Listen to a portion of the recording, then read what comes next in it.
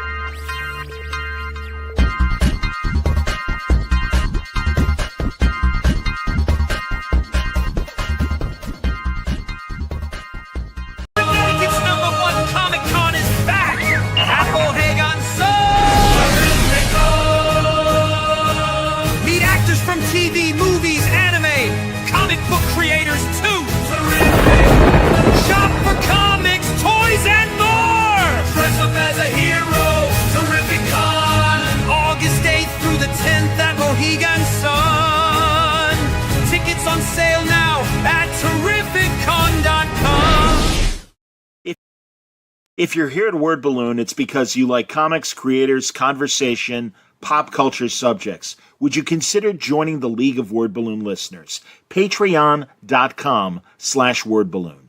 When you subscribe, you'll also be part of the Word Balloon Book Club, where Brian Michael Bendis and I will pick a comic every month to review and discuss live with the League on this show. Join the League today, patreon.com/wordballoon. Thank you always for your support, League of Word Balloon listeners.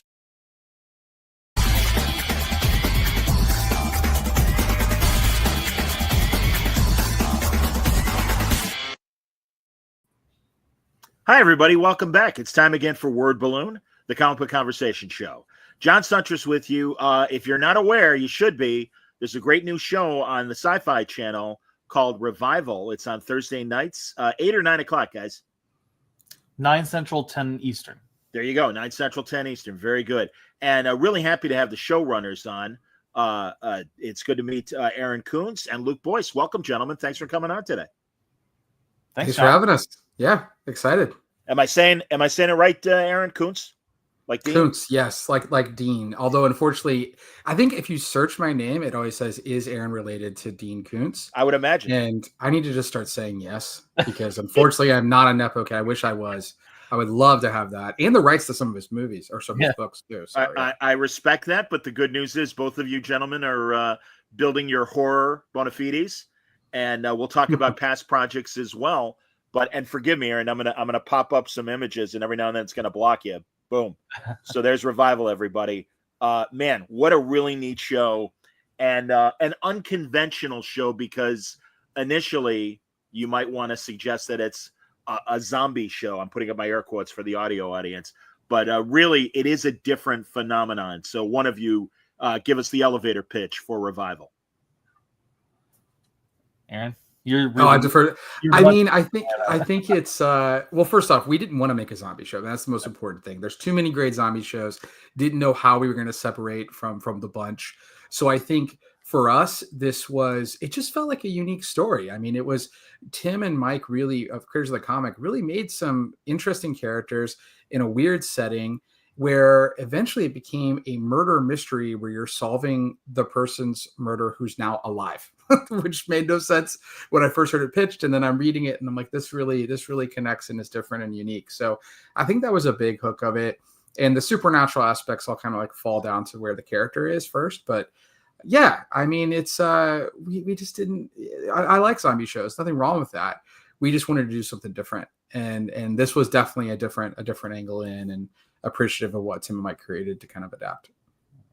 My friends Tim Seeley and Mike Norton, my dear friends that I've known for 20 years, are behind the comic book, and certainly my audience is well aware of the Image comic that the TV show is based on. But man, you guys have a hell of a lineup. I mean, these people that are in the show are just fantastic. And I'm gonna look at my notes to make sure I'm saying everybody's name right. Like Melanie Scrofano, who plays, forgive me, Dana. And this is about Dana. This is about Dana's family. And we're dealing with Dana. And then we're also dealing with Romy Weltman, who plays M. And, of course, their father, David James Elliott playing Wayne. So pretty cool, man. I love this family. I love their dynamic. What we've seen so far, we're only one episode in, and I should point out, if people haven't watched it yet, good news is the first episode is up on YouTube for free. So you got a free bite of the apple, everybody. You don't have to, that's a great way to test the show, and you will not be disappointed. It's an intense first hour, right away. Really great kind of, I wouldn't say tropes, but just good horror, conventional kind of moments. But truly, guys, I'm not blowing smoke up your asses. This makes me like it in the same way I've loved American Horror Story and some of the other better horror TV shows. And I'm really glad that you guys are able to go as far and as edgy as you seem to do in this first episode. Oh man, that's cool. Yeah. Also, we're just getting started too. If you think that's in episode 1, so yeah, we definitely do some stuff there. I mean, yeah. Look, I think that's part of the fun about genre, right? Like you get to tell a family story amidst people coming back from the dead and scalped heads and. There's so much that you can play with. People, you get to light someone on fire, in the show. Like practically, we lit a dude on fire. I'm standing 5 minutes from this guy, not 5 minutes, 5 feet from this guy at the end where they're putting him out. And I'm like, oh my God, what have we done? Like, why did we do this? Like this poor guy. And he's great. And he's like, I'll do it again. And I'm like, no, we're good. We're good, dude. But you get to do stuff like that while also telling a family story. And I think that's what's really great about genre and horror and sci-fi in general. Yeah, and I'm so glad to hear you mention the cast, because I mean we were just in love with this cast when we first, but it's like we're in it, we're like deep in the trenches, and you like work your butt off to get these people, and then you're like, I'm pretty biased. I don't know how objective I am, but I think this cast is pretty incredible, and it's fun because I don't even think in episode 1 you get the full scope of how great this cast is. There's just some diamonds in the rough here, I think too. So yeah, to see people, react to the cast this way. I mean, I've seen so many reviews and so many mentions of how great it is, it's validating, and it feels great because I think we just nailed it in terms of cast. Well, what Aaron just said also about the guy being on fire kind of answers, but I want you guys to elaborate. I was wondering how much CGI effects to practical effects we're going to see on the show. There's nothing wrong with either. There's no judgment here. And but it seems like then that practical effects are happening as well. Well, then can I judge for you if you're not going to judge? Because Aaron will judge. I'm all about practical effects, and I think if it's too CGI, I think it moves the wrong way. In fact, one of my top, I love the Walking Dead show. I do. I'm one of those guys. Like I've watched the entire thing, did not miss an episode, but I sometimes would get frustrated with the CGI blood, and they would go too far with CGI blood. I'm like, just lean into, you've got the greatest practical effects artists of all time, you know? And I know how hard it is, and I know how hard it is. Don't get me wrong. And I get why. And there's times where we have some CGI blood as well, but I think you just want to try to do everything practical you possibly can.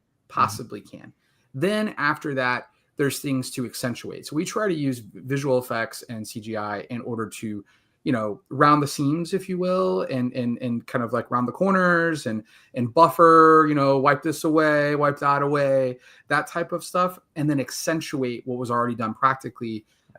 Steve Kostansky, who's the head of our makeup team, and his team, and what they were able to pull off is pretty impressive. And again, episode 1 does not even scratch the surface of what we do with that. Yeah, that's great. Sorry. Continue. Yeah. No, please. I was going to say, we kind of come from the David Fincher world of visual effects, which is the best CGI visual effects are the ones you don't notice at all. The ones that it's your backdrops or this, seam is gone. It's just the stuff that you would never ever know until someone points it out to you. So, the best horror shows are the ones that show their humanity and really get involved with the characters and really go deep with the characters. And I think that's one of the advantages that television has over movies in today's streaming age and one story, one season age and everything. But this is great and a great time for examinations of siblings, but really a sister story. And that's what's really cool too, that we're really getting Dana and M's relationship right off the bat, and also of course Wayne as their father as well. So talk about the family dynamic. Yeah, I mean the Cypresses are pretty broken. I mean we come into this and they're dysfunctional, pretty dysfunctional. And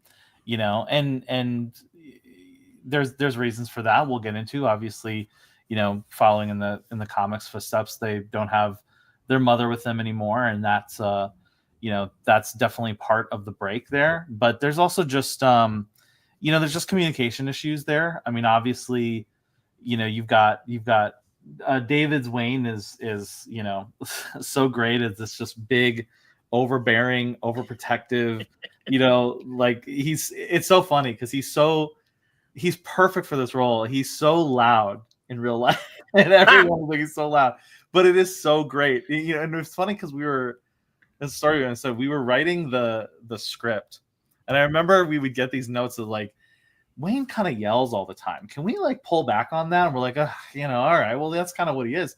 And so we pulled back on it, and then we got into filming, and you get David yelling all the time. And so we kind of had to like kind of go back into it a little bit because it's just his natural phrase. But it works so well, and you've got Wayne and you've got Dana, who is headstrong and stubborn and is ambitious, but has kind of been held back for all this time. And Aaron and I had this massive tome of backstory for all these characters too, so we know them deeply. And yeah, we kind of say that the Cypresses they substitute affection over protection for affection is kind of what we said.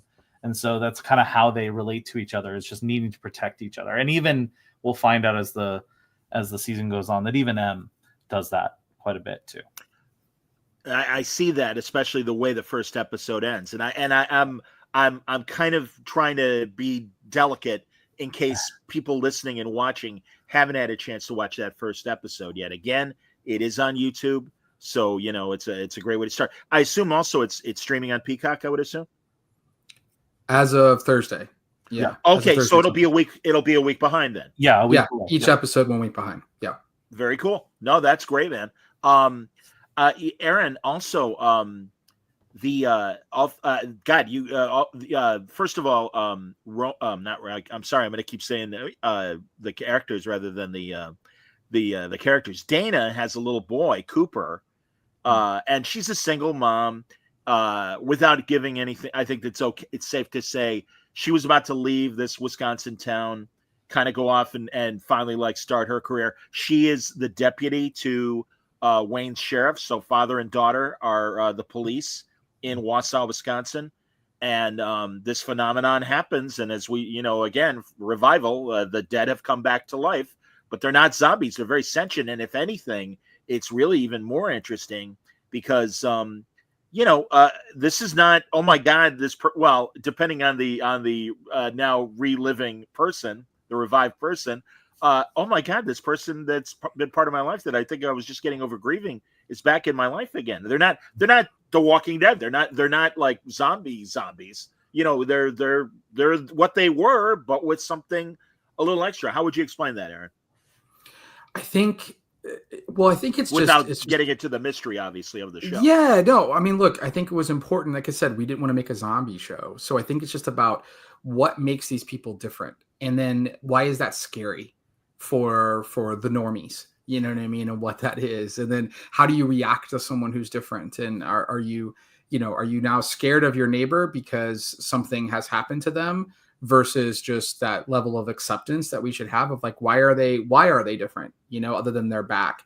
And so that's a theme that we start to explore and play with. But I think, I think so much of this is just finding the space for, us to tell unique stories within a supernatural lens, that are focused where you can have all this craziness that's going on, but still be able to dial in on Wayne and Dana and M and Cooper and what's there. And I mean, and how can what a better way to relate to someone? I mean, Roger Ebert talked about how movies are the ultimate empathy machine. And like, you're going to relate through family, right? Like, well, I have a father like that. I have a sister like that. I have a mother, like whatever it is, right? Mm-hmm. You'll find these combinations. And So as soon as you can relate to that, then that's going to make you empathize with that character even more. And then when we send them on this wild journey, we're now going to be more emotionally invested in what's happening. And I think it was important for us not to like distill this all down. I think, there's such great characters that were created out of the comic. And Luke and I were like, let's give the audience the benefit of the doubt. Let's not tell them everything about them right now. Let's like slowly, trickle things across, and breadcrumb what's there, because there's just great opportunities for that level of investment that you can find in those characters over time. And this is beyond even season 1. I mean, ideas that we have, going forward. And I think that it's a fun thing to explore, what did happen with their mother? Why does Wayne feel this way? When he says in the pilot, when he says, because when you die, you die. Like, is he talking about the revivers, or is he talking about his past wife? Right. Like, and you start to have these layers that you can peel back. And I think it becomes much more interesting of a show. And then after a while, you're like, oh yeah, the dead came back to life. Like, I kind of forgot that, because the show's now about this. Right. And it's about life, and it's about understanding this. It's not about that. But then at the same time, there is a supernatural aspect that's going on, and we're trying to figure it out. And the CDC are there, and it allows you to have these nice storylines that are kind of converging and merging and twisting. And it just makes it more fun to tell, more fun to write, more fun to film. Coming out of COVID, it's good that you've got the CDC as such an important part of the story. This is happening, if people don't know the general story, in just Wausau, Wisconsin. So this really is a local phenomenon, but obviously the world is aware of it, and the CDC is on hand to investigate. And so that's where you get your fourth lead. I'm assuming a lead, Andy McQueen, right, playing Ibrahim. Yep. Yeah. No, that's really neat. So yeah, again, I think this has even more of a real world vibe than some of your typical past stories of this kind of nature and everything. And obviously it's that balance of, as you said, the supernatural and the realism and everything. So so far so good, boys. Well done. We'll take it. Yeah. We'll take it. Yeah. It was fun to know that, we don't have to explain to the audience the difference between lockdown and quarantine. Like, we all know what that is now, right? Like, unfortunately, right? So what that is. And it allows you to kind of think about well, how would they have felt? We actually added some things into the story dealing with that we realized going through COVID that would have happened, but if we had not gone through that, and what's there. So you try to infuse all those things in. And the same thing with, how revivers are treated and what's happening in the world today, and trying to parallel those things. And you find ways to do it without being preachy. We don't have to be a COVID allegory or an immigration allegory or things like that, but it is, these things exist. Sure. And you can't deny that they exist. And I think it's about embracing what that means, then asking you to ask yourself questions about, I would have done this, or how would I have reacted in that way or this way? Yeah. I even think there's something fun in the show, in the sense that we're, are we a zombie show? I don't think so necessarily, but in the show, people think that it's a that they're about to go into a zombie show, right? So that's the fun thing about this zombie, cultural saturation that we find ourselves in, thanks to The Walking Dead and all that stuff, which, I love, is that you get to play with those tropes, right? You get to play with those tropes in a lot of different ways. And the town themselves are just, when we come in here 35 days later, they're just waiting for it to become 28 days later, right? They're all just that's a lot of the fears. What are these going to be? A lot of that's Wayne's, fear is and I think he even calls them at some point in the show zombies. And, we have the scene when Cooper goes to school that everyone's like, oh, why is this zombie girl here with us? Is she going to eat our brains? And, that sure. fear, that's a real fear, right? Yeah, our characters know about those tropes, and so they're gonna sort of fear that. So it's fun to sort of play in that world, and there's different ways that we kind of deconstruct and subvert some of those tropes later on in the show as well. Well, and it gives you the opportunity to kind of laugh at the concept, and so I don't know, will it get as meta as Scream did, and about, well, this is what happens in every horror movie, and we got to watch out for X, or we got to watch out for Y. Will they name check any I Married a Zombie or any of that, any of the crazy stuff that we gotten over the decades as far as I will say, can I say the reference that we have and it hasn't aired yet, but episode 2 has a great. I'm very excited because we have a 28 days and a 28 weeks later reference right before the 28 years later comes out. Which is just hilarious. Yeah, it's fun to like exist where that zombies exist in our show, but we don't think they're zombies. I'm hip. Right. And so to play with that pop culture, I think is really, really fun. And yeah, look, I love meta humor. I mean, there definitely are moments, there are meta moments throughout this. I wouldn't say we lean into it as much, but I mean, we flat out, I mean, there's a line that's like, we're in the middle of a violent zombie invasion, you know, like that's what they say, like that's a line in the show. So there's a belief from our characters that stuff is happening, and whether that is or it isn't, and that'll be for the audience to kind of decide and figure out where in this cultural zeitgeist of knowing zombies, like in our opinion, The Walking Dead aired on the TVs in Wausau during revival, right? So they know that. They've seen that. Yeah. They understand what that is. Right. So what does that mean now? How does that inform you here? And that's probably meta, but at the same time, it's not, because it's a different thing. So I think it's that's just a fun line for us to have and play with. Luke, you also I know prior to this, you and Tim Seeley and our buddy Mike Morisi, you guys all got together and made that great movie for Shudder during COVID, Revealer. Yeah. And again, good stuff. We can get into that a little bit later. And Aaron, I'll talk about some of your past credits as well. But tell me how involved Tim and Mike were. I know they visited the set, but yeah, in terms of, you know, making this and adapting this, you know, what kind of skull sessions did you guys have with Tim? I mean, Tim has been super involved from the get-go. I mean, part of this was, the idea of adapting Revival came from just this idea that he didn't want to deal with the Hollywood system. He didn't want to deal with the studio system. I mean, so many Image titles and comic titles in general have gotten optioned and just sit in development hell, right? Yep. So like Tim, from the very get-go, Tim was the one who brought it up to me. I was, me and my partner were independent filmmakers in the Chicago area. We approached him to say, hey, do you want to do something together? And after quite a few meetings and stuff, he started to bring up Revival. The Revival was open, and he kind of gave us his background on his troubles with getting his work adapted. And that's when we kind of said, listen, we can't offer you hundreds of thousands of dollars for this option. But what I can offer you is that I will dedicate my life to getting this made.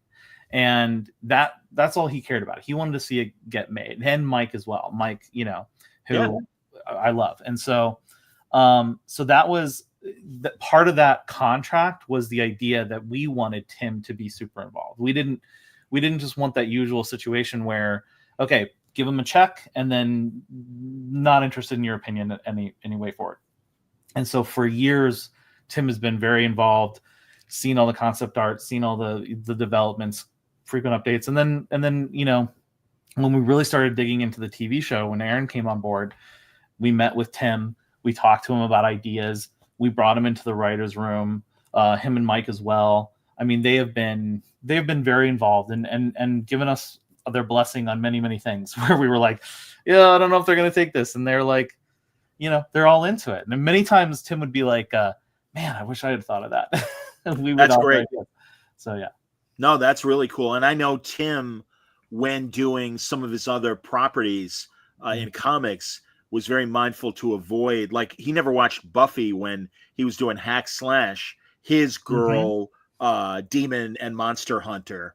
And it's like, I don't want to be influenced by that. I don't know if that was the case for Revival, but JD has a nice comment. He says, I just began to read the comic book series. I really liked the first TV episode. That's terrific, man. And especially, I was hoping both would happen. Obviously, you guys want to hit that Revival Image comic core audience to come and watch your show. But that's great. And much like The Walking Dead, it's wonderful when it flows back to the comic book and people want to start reading the book as well. Oh, 100%. Yeah, that'd be such a dream. And Image has been so amazing throughout this whole process. And we're doing some stuff together, and there might be some fun stuff coming with Image related to this as well. So we'll tease.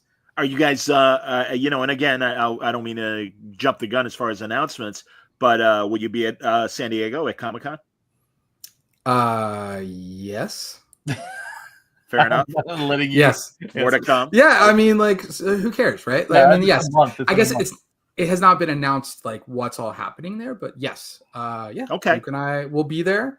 We'll be there with some unique things to sign, and unique things for people to see. And there might be some prettier people than us from the show hanging around as well. So yeah. Fantastic. That's wonderful to hear. So, Aaron, I mentioned Revealer with Luke and everything, but you, I know, have a couple really neat credits as well. Shelby Oaks, a horror film that you made a couple of years ago, right?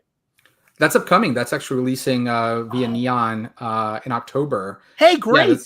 Yeah, wide release. Yeah, we sold it to Neon. Chris Stuckman, the YouTuber who did that, has just become an amazing friend, wonderful. He's a wonderful director, and yeah, produced that. And then I produced Revealer. That's how Luke and I got Oh, involved. man, I was wondering how you guys got together, and I didn't realize that, Aaron. That's wonderful. Yeah. I sold it to Shudder and all that. Yeah, so that was kind of, and that was part of when the first conversations with Tim, where he was like, wait a second.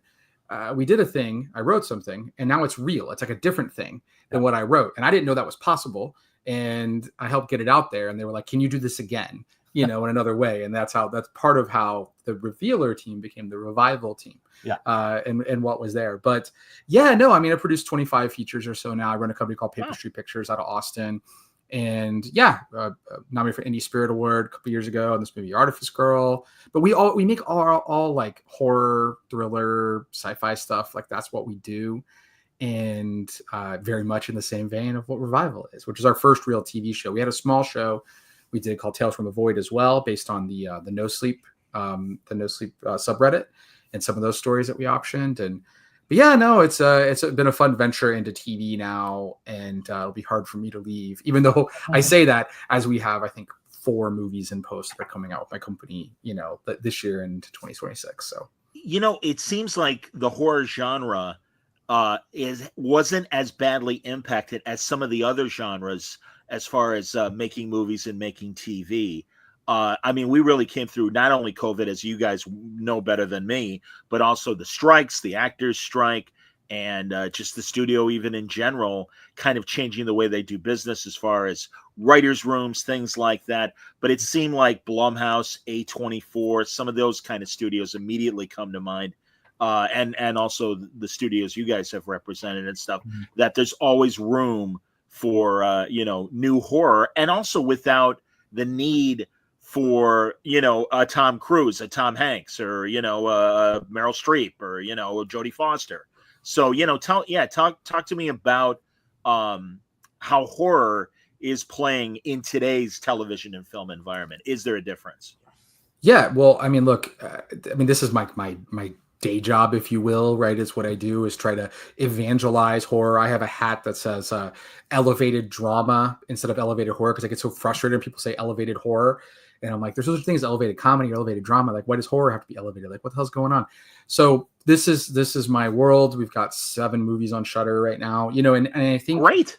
Part of what works is because horror itself sells within it, and the fans are just so receptive. Like, they understand in order to be scared, you don't have to have, like you said, Tom Cruise to be scared, right? In fact, one of the biggest failures in horror ever is Tom Cruise's The Mummy, which killed the Chiller channel, with the horror adjacent version of the Sci-Fi channel, right? So like this is what happens when you try to like go. Whereas, you look at the success of the Terrifier franchise, and what Damien's done, and what's happening, and what we're trying to do in Shelby Oaks and other things like that. It's just about, people want to connect with like real, gritty, scary, weird shit, and that's what horror can do. And I think that, the studios have no idea what they're doing. They don't know what works or what doesn't. Yeah. So they're like, well, horror has this built-in audience, and that's safe for us. So we can maybe greenlight a little more of that stuff. And great, fine, we'll take it and run with it. And sure enough, don't get me wrong, sometime in the next year, some article will come out about how horror's dead. And then 3 months later, it'll come out about how horror's back and all this. But horror's never gone away. It's never going to go away. And I'm always going to be working in it, because you get to tell these stories that you wouldn't normally be able to tell. Like, I made a film called The Pale Door that's really about my brother and my father and like familial issues, that would have been pretty boring for a lot of people to watch. But then I threw that into like a blender and it's got witches and cowboys, and now all of a sudden it did well and people watched it. So it's like you do things like that in order to tell the stories that you want to tell. Revival allows us to tell this familial story inside this supernatural wrapper. But when Luke and I get most excited about in the pilot is Dana and em talking in the car. Yep. That's it. That's like our favorite scene. That's our favorite scene. And what's there and what happens before and after that is so crazy and fun. And that's what makes those things work when you connect with the characters.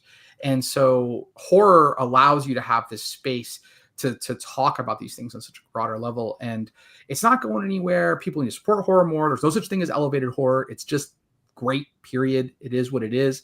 It's always been the way. It's always been political, by the way, too. Sure. And anyway, sorry, that's my high horse on horror. No. I love all of that, Aaron. And again, this is why I like talking to people like both of you, because and listen, I know as an observer of genre fiction, I like saying genre fiction in general, as I'm sure you guys do as well. But it's like, westerns, superheroes, and that was our fathers and our grandfathers' attitude. We all won. The nerds won. And the great thing is, the stuff that really endures is great writing. And I can honestly say, based on the early episodes that I've seen, you guys are definitely onto something here. Oh, so that's really, really great to see as well. Luke, I was going to also ask, now sadly I lost my train of thought when I was on the soapbox for a second. But I love it. No. Well, I don't know. You want to add to what Aaron has been saying about horror? Oh gosh, I don't know if I can. I mean, it says it so perfectly. Yeah, I don't think I'll say anything as poignant as he did. But yeah, I mean, horror is it's in our core. I think it's just the level of catharsis you can get out of it, out of all genre. I think horror is one of the best examples. But I think, sci-fi as well. I think even, Westerns. I mean, sure. I think all genre has a level of being able to tell human stories using tapestries. And tapestries are colorful and they're interesting to look at. And they can be fun, or they can be exciting and different things like that. And so, it's just like, it's going back to Twilight Zone or Star Trek, or in the sci-fi version, yes. All these things are they're getting deeper into the core of the human experience by giving us a playground. And I think we all just want to play, and we want to kind of also connect, and that's kind of what all these things do. Well, and horror's been there too. But horror's been there this whole time. Like this idea that, like, my favorite movie is Jaws. Right. And like I have a Jaws tattoo. Luke and I talk about Jaws all the time. And Jaws is a horror movie. Of course. Jaws is a monster movie. Yes. Right. But we don't want to categorize it as that. Right. Like we want to put it in some kind of box, because horror went through this thing in the 80s where VHS horror got revamped and people were doing a little shocky versions of things that were there because they could make quick money. But just because they did that does not then, degrade everything else that's happened before and after it. Agreed. Right. And what's going on. Like The Thing, when I was a kid, was just like, oh, this is that cool movie where the dog turns into a monster and it's scary and all this stuff.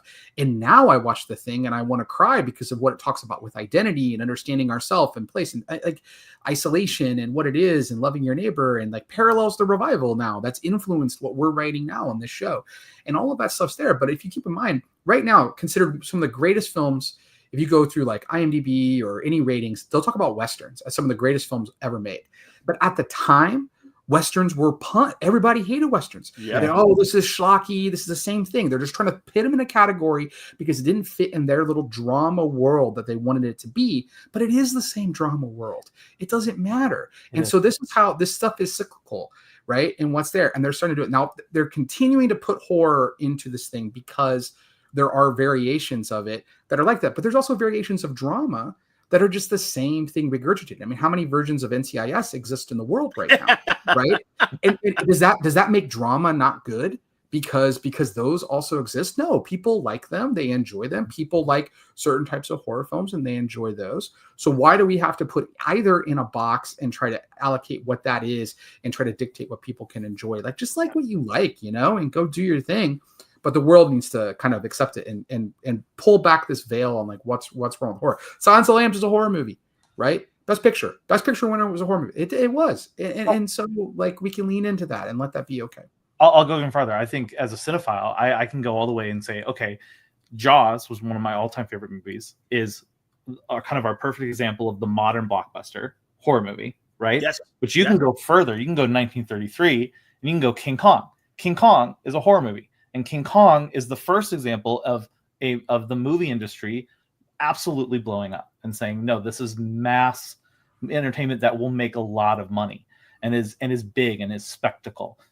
Dracula, Frankenstein, these movies, they were the perfect example of movies that were in an essence pulp, but they got into deeper philosophical issues, and King Kong is part of that as well. And it's the examples are endless. You know what I mean? No, Invasion of the Body Snatchers coming out in the 50s was absolutely a Cold War analogy. And the worry of communism and that single mind thinking, taking over a group of people. So no, I get it. And again, and I'm with you, Aaron, absolutely about Westerns and stuff. And it's although it's funny, the critics all shit on Westerns, but the people kept coming. And thank God we had great writers and great directors and great actors that elevated the white hat, black hat basics. And again, I think you guys are doing this now with Revival. Radio Dormouse says he agrees. Silence of the Lambs is a great horror film. So is Jaws. He loves horror films. And he also says, I don't know if you actually know this guy personally or not, but he says, you're all my friends. And here, I got to get to it. My computer's being stubborn. I don't have any friends. What are they talking about? All right, there you go, man. I know. Yeah, let's. I'll put it up there. He says, "Hi guys, you're all my friends, and I like you a lot." Well, I'm assuming he likes you guys through your work, so very good. Oh, thank you. We like you a lot too. Anyone that watches anything that we make is my friend. Like, if you are watching it, I am so grateful to you. Yes. Because like what you have so much time. Everybody has so much time on their hands, right? Or they don't have. Sorry, their time is so limited for what they can do, and all these things to consume. And the idea that they would choose something that like we've created, is so unbelievably special. All right, you got network TV and network TV's guidelines and parameters. Then you got basic cable, which I assume that's where SYFY would qualify. Now your show is also on Peacock, but I would assume a pure streaming show might allow you to go further. But has there been any sort of concern from SYFY Channel or NBC or Universal in terms of how far you guys are able to go? Sure. I mean, there's concern. Don't get me wrong. I mean, you look at the comic, there's stuff that's going on in the comic, and there's concern. And I think when there's particular episodes in the middle of the season that were very conversational, I will say. Yeah, okay. And we had to like go back and forth on like, okay, well, here's what it is we're trying to do. Part of it was just in scope, and what you're trying to make happen and some of the crazy stuff that like Tim and Mike created. But we said like, this is a horror comic, guys. Like, this is what it is. And we're going to lean into this in this moment.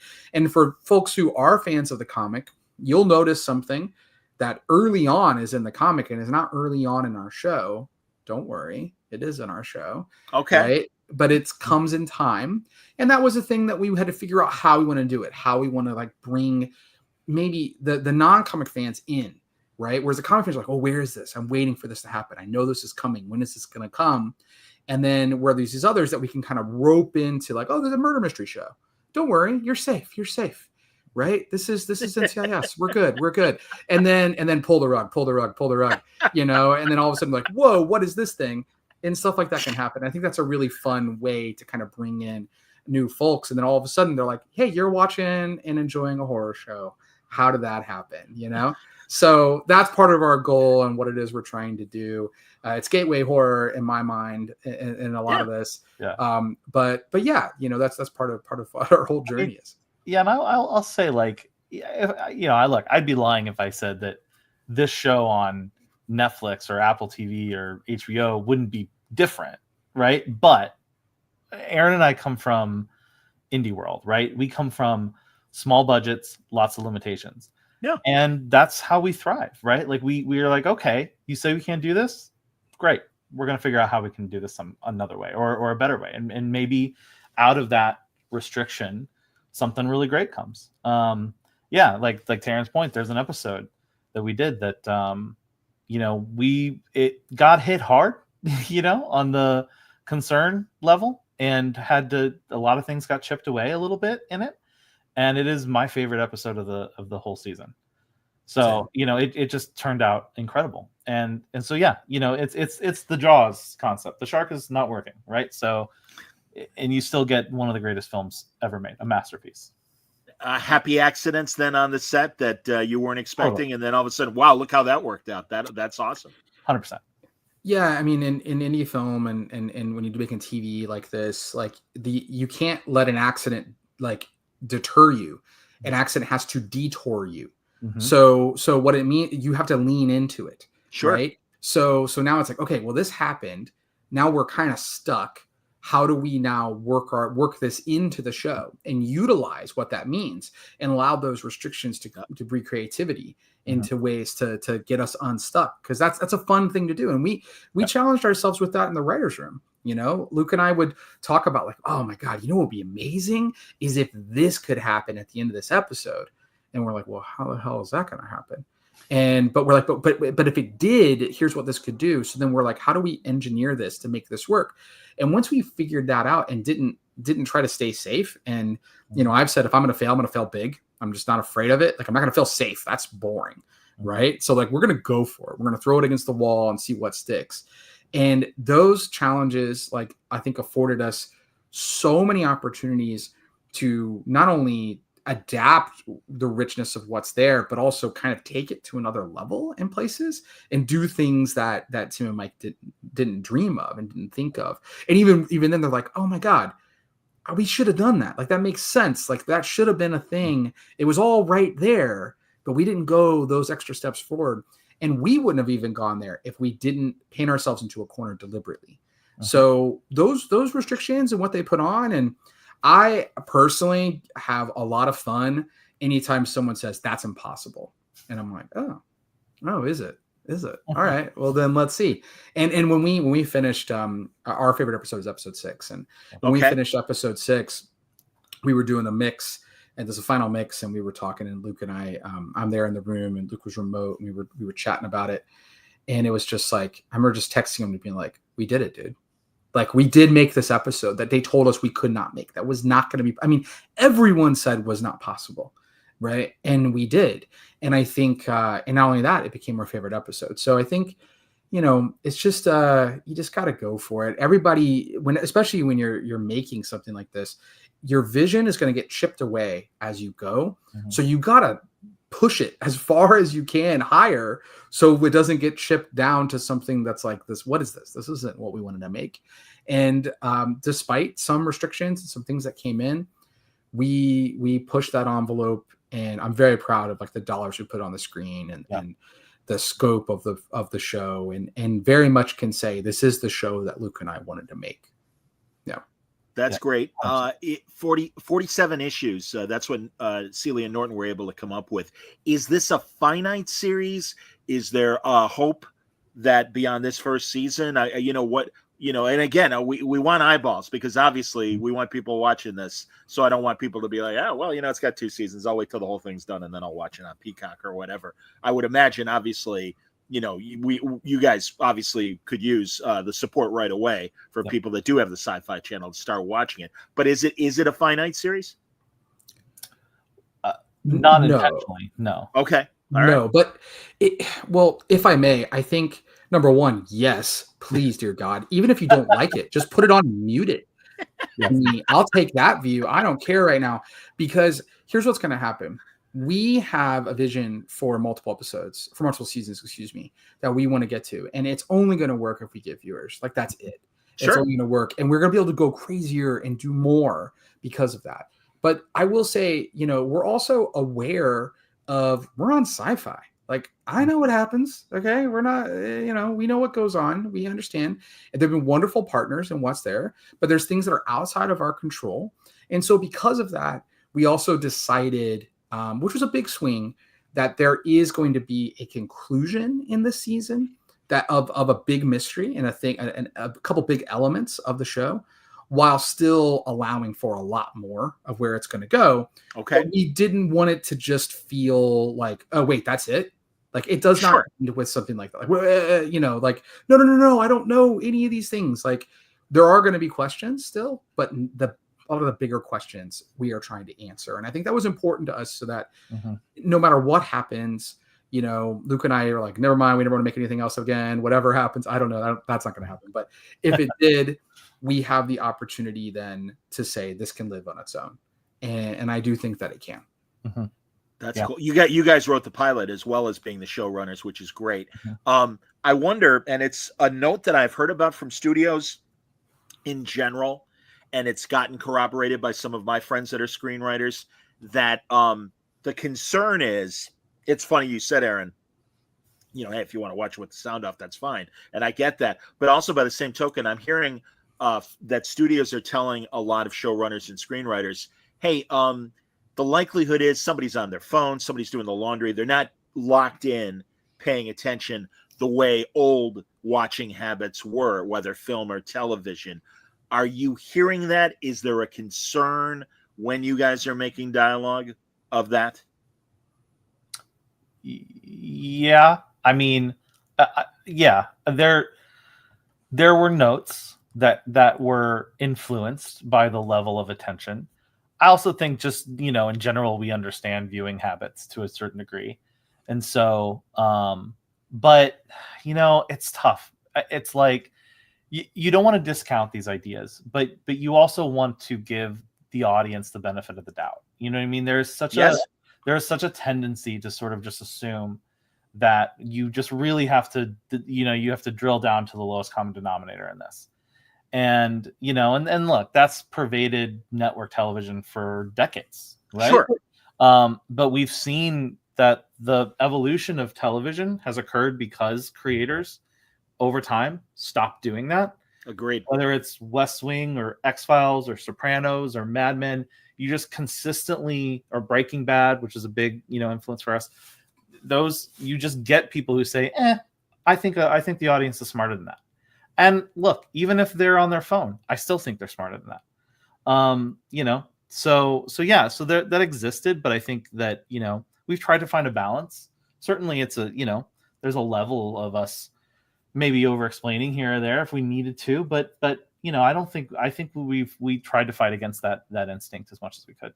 Yeah. It dumbs down the product, right? Yeah. Like, because you're trying to dumb it down. You are then thinking your audience is dumb. My audience is not going to catch this. So now I must, by the very nature of that, dumb down the audience for my story, for my quote unquote dumb audience. I'm like, that's not what I enjoy watching. In the end, Luke and I talked about this and we're like, we don't know what's going to work with who or what, but what we know is, what do we dig? Like, are we into it? If we like it, someone else is going to like it too. So we push back a lot, and I mean, I've given impassioned pleas that's like, don't be safe, go for it, let us do this thing, and they've let us do things. And I must say, as first-time showrunners, and things like that are pretty unprecedented. But I think part of it was because, again, if we're going to fail, we're going to fail big. We're not going to fail safe in some big exposition dump. We're gonna fail trying to do something crazy, and what's there, and I'm fine with that, because then I've laid it all out there. And you know what, I know that people, again, we're competing for people's time. And I know that someone might be on their phone, they might be on an iPad, whatever it is, they're cooking, they're watching something. But I want us to be the show that they have to hit pause and then rewind for a second. That's it. That's all. You can do this. But like, I think, and if you're willing to do that, and that's this contract that we have together, that we will show you if you give us that goodwill, we will promise to give you more back. Because there's so much more on rewatch, on depth, layers, and things. There are Easter eggs. There are things in episode 1 that you won't know until you're at the end of the season are completely different than what you thought you saw. It feels like this innocuous scene. And in fact, I've even seen some commenters and certain reviews who are like, this doesn't make sense. What's this? And I'm like, oh, it doesn't, does it? Well, you're going to need to wait and see, because you'll see what that actually means, right? We are very keenly aware of what these things are and take a lot of pride in the layers and what's there. So I think because that's what we enjoy doing. We enjoy rewatching things and looking for Easter eggs and finding this, like, oh my God, that was set up in episode 1. Because once I feel that a creator of a show and I'm in episode 5, 6, 7, and I'm like, oh my God, they set that up all the way back then, that I give myself to the show at that point. Right. And what's there. And I think if they're paying attention and they'll hopefully give themselves to the show, because we are thinking about the viewer, the audience all the time, but not in a pandering way, in a what is the most fun way for them. What are their expectations? And then how can we subvert them and change it? And like, know that, well, they're all going to expect this. Well, that means we have to now do this and then do that.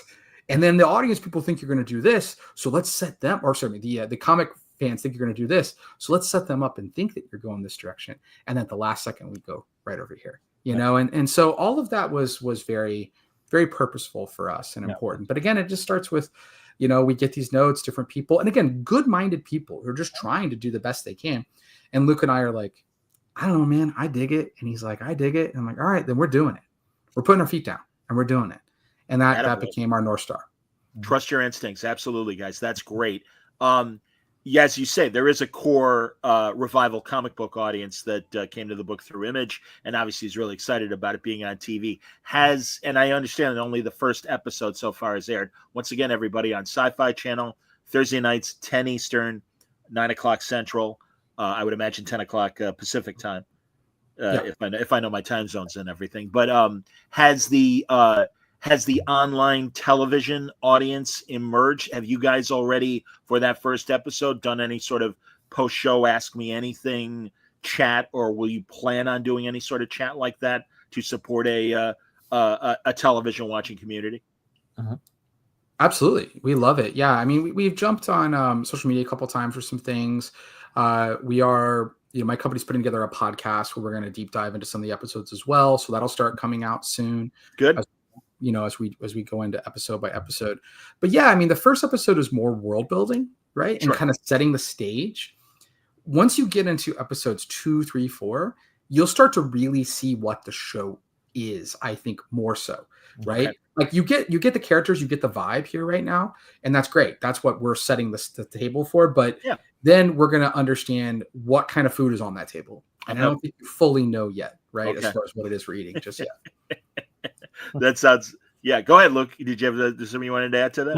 No. Yeah, 100%. I was just going to say, I was going to bring up the podcast and stuff like that. And there's been some great, some after show stuff. I know Popwire is doing an after show, and you know, the live tweeting was amazing the other night. So yeah, there's engagement, but we hope to get more. We definitely hope to get more. It's definitely a show that we've designed to, you know, we want a water cooler show, right? Like yes, the episodes end with big questions or big cliffhangers, and we designed that intentionally because we want you to be like, okay, I gotta watch the next one. Give me the next one. That's the goal. I was telling you guys off the air. I'm a Winona Earp fan, so I was a fan of Melanie's from day one when I heard she. Hell, I'm even happy she's on Star Trek Strange New Worlds as Captain Pike's co-captain buddy. Yeah. But also, David. As I told you guys, I just serendipitous. I happened to just start watching Jag in the last few months, and I'm really enjoying his work from 25 years ago. So it is great to see him now in modern day and still kicking ass, and he's great in this. And it's definitely a different role, but I certainly hope the Winona Earp and Jag fans will come to Revival. And I don't know if you've anecdotally heard anything from those fans who are like, hey, that's awesome, David. Hey, awesome, Melanie. You know, that kind of thing. I mean, the Winona Earp fans have been incredible. And I will say, I've never watched Winona Earp. I've known about it.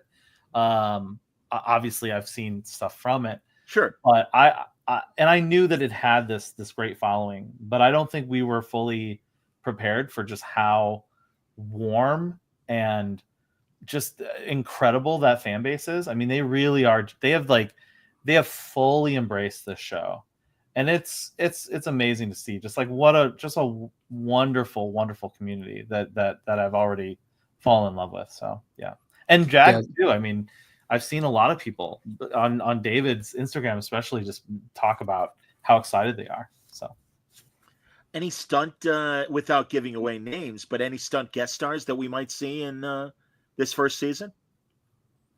I mean, again, you can keep it coy. You don't have to give me names, but you know. Yeah, Phil is CM Punk is probably the biggest. I mean, oh guys, I'm so glad you mentioned Punk, because I saw on the behind the scenes featurette that SYFY has put out there, and Punk has, and hey, listen, I know, I'm a Chicago guy as well, and I've had my encounters with Punk, and he cracks me up. But he's a very opinionated genre fiction fan, and good, well deserved. And he's so that's great, because was he in the pilot? I don't remember seeing him. If I did, not in the pilot, but he would not let us not cast him. Is basically the best way to put that. He's a huge Revival fan, and he literally, I don't think we could have gotten away without having him. He was just wonderful. He was just like, we are going to make this work no matter what. Yeah, it was magic that he did too, because had a couple. He's a recurring guest. He's not like one episode or whatever. He's got a few episodes, but there was the scheduling, because he had Survivor Series where he was fighting Roman Reigns and all this. And I remember trying to work out the schedule, and I'm talking with his agent and all this, and we're shooting until like 2-3 o'clock in the morning, and then he has to get on a flight that's like at 6 a.m. and we can't go over, but we also couldn't shoot him any additional days because of the timing of when we had to come back and the locations. So it was like, this was it. We had to finish this stuff at the end of this. And I remember we're just watching the clock just tick, tick, tick. And it was complete and utter chaos. Like just trying okay, get him to the airport. Like, what are we going to do? Like all this. And then that flight got canceled. And then a new flight had to happen. I mean, it was complete and utter. It was nuts, completely nuts. Aaron was such a trooper about it. Oh my God. Aaron was booking side backup flights just in case, because the weather was it was amazing. And Aaron was doing this. Like, that's how deep we were just like, we have to make this work any way we can. Yeah. It was. I'm always happy to see that I mean, of course, acting is part of their whole shtick when they're performing, and no disrespect to them by calling it that way. But no, I mean, well, first of all, Punk's comic store and Tim Seeley's comic book store and my comic book store are all the same store. So that's where I've seen Punk over the years. Challenger, right? Challenger. Yeah, exactly. Challengers. I had a good shout out for Challengers. Very nice. Pat and Dell are very happy about that. I'm glad you said that, Luke. That's terrific, man. Very, very cool. So, and now, again, I'm not. We're not stalking you guys, but one of you's in the central time zone, one of you's in the East Coast, and everything. Mm-hmm. So, well, to be fair, I live in central. Aaron lives wherever he has to live. He's pretty nomadic, so okay. Yeah. Aaron is wherever he needs to be at the moment. So you're America's guest. I understand. Yeah. Honestly, Canada is right now. During the past 2 years, during the NBA Finals, Aaron has definitely been a Midwesterner. That's true. I'm from Indiana, so I'm a big Pacers fan. So I went to a couple games. But yeah, no, I sold my house in Austin, Texas in 2018.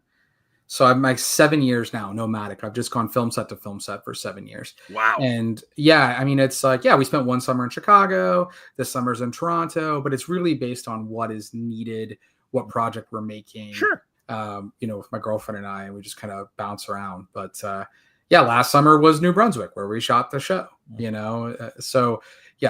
Brunswick, Canada, that is. Yes. Northeastern, north of Maine. Yeah. Yes. Way out there. And Atlantic time zone, which I didn't even know existed until we got there. And I was like, I had a Newfoundland guest on once, and he's into the Atlantic time zone, and I'm like, there is? All right, great. Yeah.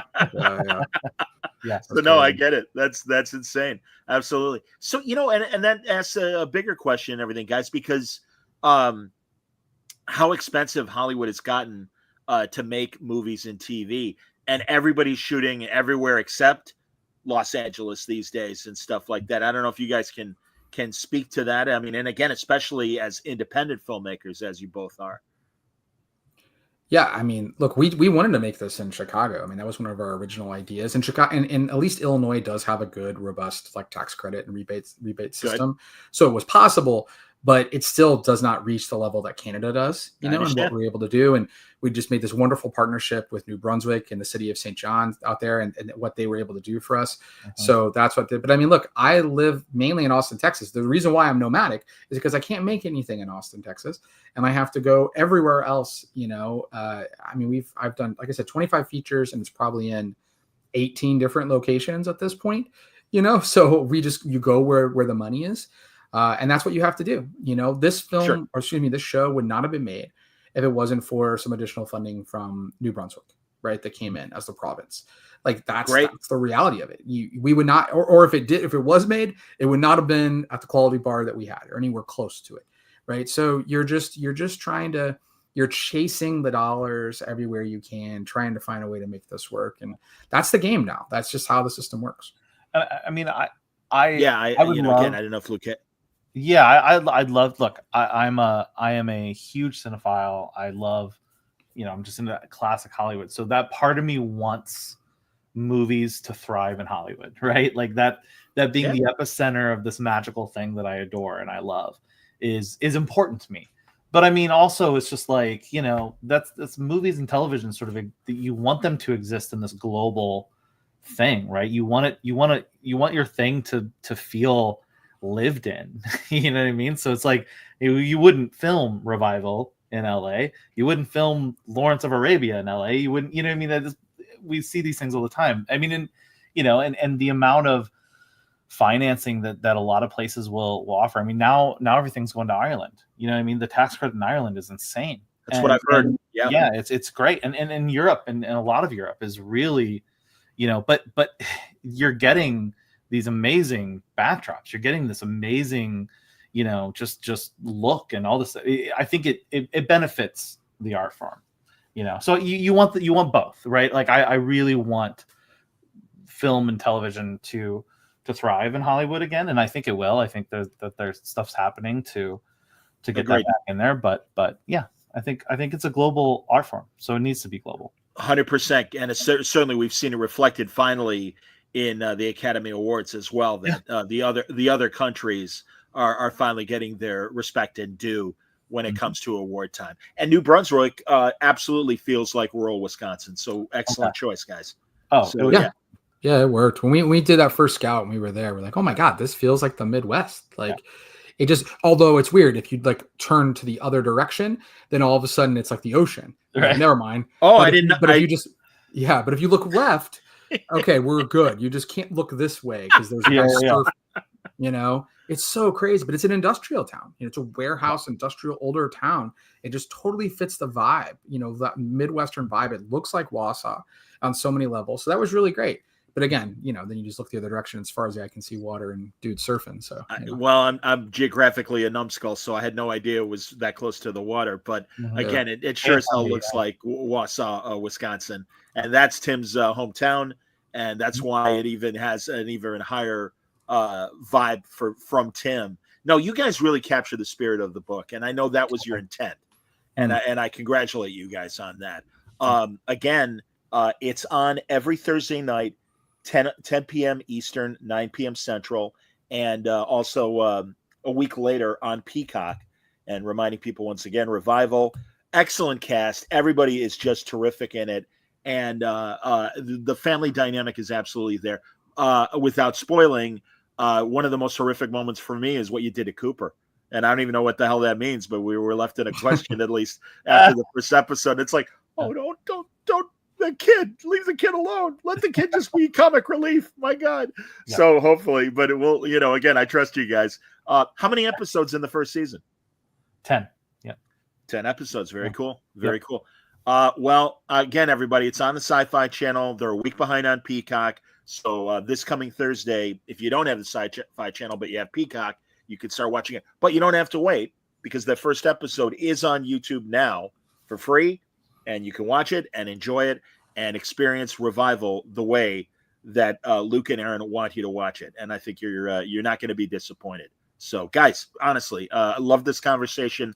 Please come back if there's as you said, if there's a key episode, or even at the end of the season, if we can wrap around and have a discussion, it would be great to have you guys back. I hope you'll consider that. Oh, would love to. Absolutely. Yeah. Love any chance to talk about this show and to hopefully find more of an audience for it. Like I said, we made it for you guys, you know what I mean, at this point. So we're hoping people connect with it. And if there's something we can do to help with that, tag us in. We'll be there. So thank you so much, Sean. Really appreciate this. It means a lot that you guys came on, and truly, I hope that this will only add fuel to the fire to your careers and allow you to do more of the projects that you guys want to do. And it's great that you guys have movies in the pipeline as well. So, again, I'll be bugging you as I become aware of new projects. And you both are welcome to come back. So thanks again for talking today. Thanks, Sean. Appreciate it. Thanks. Tomorrow, everybody, on another guy that's enjoying seeing his comic books translate to film and television, Mark Miller joining me joining me from Scotland. So it's going to be an afternoon conversation here at Word Balloon. It's going to be noon Eastern, 11 a.m. Central. But we're going to talk about Psychic Sam. He is paired up again with his buddy John Romita Jr., who did such a great job on Kick-Ass, and of course a great Wolverine story from Marvel, where they're back with a new concept, and it's already in development by the producers of the film The Gentleman. So we'll talk about that and more tomorrow on Word Balloon Live. I hope you'll join us. Until then, everybody stay safe, stay happy, stay healthy.